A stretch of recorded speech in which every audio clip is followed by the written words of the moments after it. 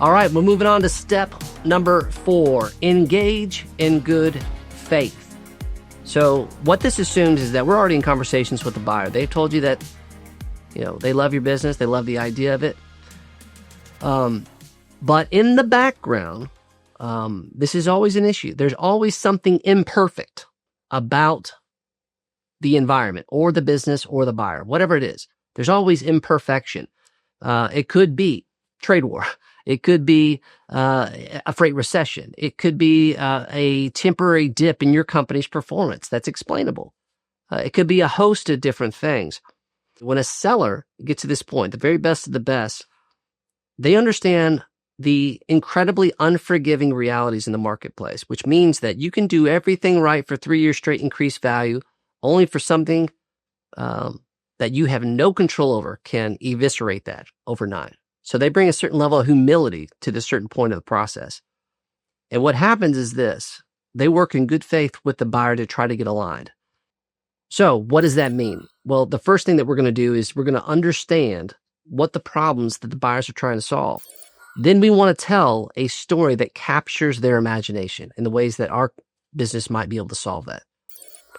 Now, owners do this on their own. Obviously, they do this in collaboration with us. It's a huge part of creating the right energy around presenting a valuation for a company. So that's step 1. We want to make sure that we're telling the right story that focuses on the right investment highlights, solves the right problems that's specific to that buyer. And the other part about that is I mentioned in terms of the unforgiving market realities. There's certain kinds of things that we just can't control. Some of these are good things. Some of these things are about, like, maybe you have an explosive opportunity for growth, but it would also require you to go against what you said you're not going to do, which maybe add debt or maybe get uncomfortable with what that growth requires from you. So the point is, the people that do this the very best, they tell the right story. And then in the areas of where they're not comfortable, either because of the conditions or because of their willingness to execute on future performance, they hedge. And so that can be done through deal structuring. It could be through modification of whatever their goals are. The point is that we operate in good faith to tell the best story, to create the most leverage for the business by focusing on the right benefits. And then in the areas where there's uncertainty for both buyers and sellers, we hedge. We put ourselves in position to participate in the future or potential upside of the future performance, while mitigating the risk of continued operation or the downside.